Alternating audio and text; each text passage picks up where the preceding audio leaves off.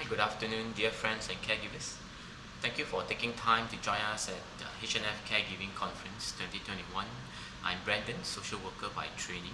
Today, I would like to take the chance to share with you a family caregiving experience. Their decisions had helped them to chart a better caregiving journey. They are the reasons why I have titled my sharing, A Journey to Define. That caregivers have the potential to define the caregiving journeys that work for them. So without further ado, let's look at Mr. Ong's family. Mr. Ong, not his real name, is retired and leads a happy life with his family. Only until a serious illness strikes him and things change from then on.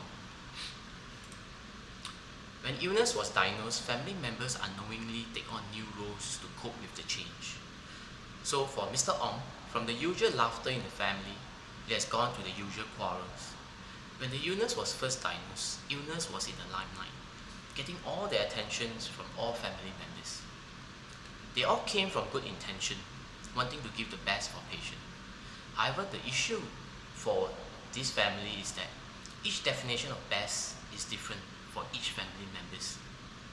In eagerness to care, the good intention behind the message is often obscured through harsh tone and languages used to convey what they thought would be a good arrangement for Mr. Ong. Things like statements like, "You should do this, you should not do that, why are you doing this?" became very prevalent in the family. At the receiving end, patient's wife, Mrs. Ong, took all that as blaming from the children. Being illiterate and not knowing better, she took on the role of a scapegoat inevitably, and the children were supervising the care from then on. After some years, the role remains the same, but the body is not. Patient became more dependent, and Mrs. Ong, the wife, became more frail. A more dependent patient with a more frail caregivers is not the best combination. Wife chose not to share her medical condition with her children, partly for fear of burdening them, partly for fear of incurring more blames from them. The wife and the children's perception of reality starts to drift apart from then on. While the children thought that Mrs. Ong was coping alright and expected more from her given that the patient has become more dependent. However, when expectations fall short, blaming became more intense.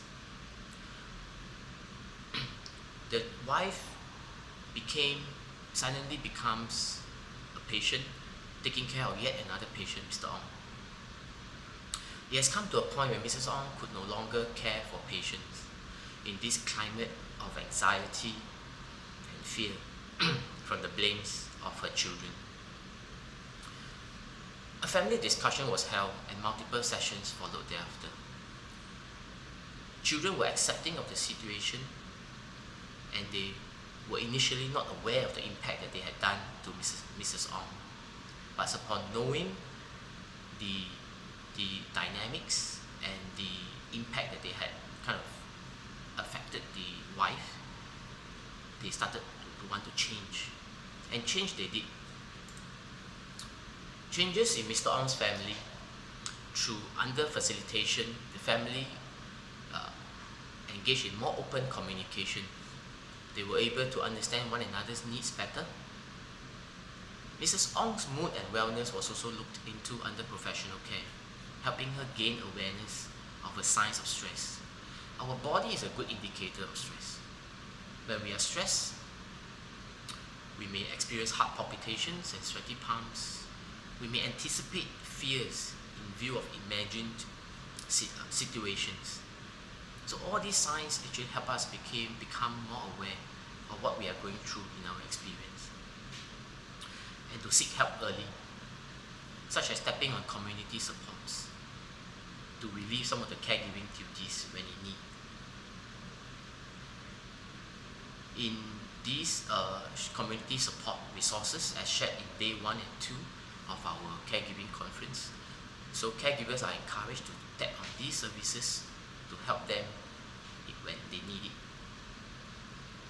Ong's families also turned more to Mr. Ong's needs. More attention was given to him to understand what he truly treasures.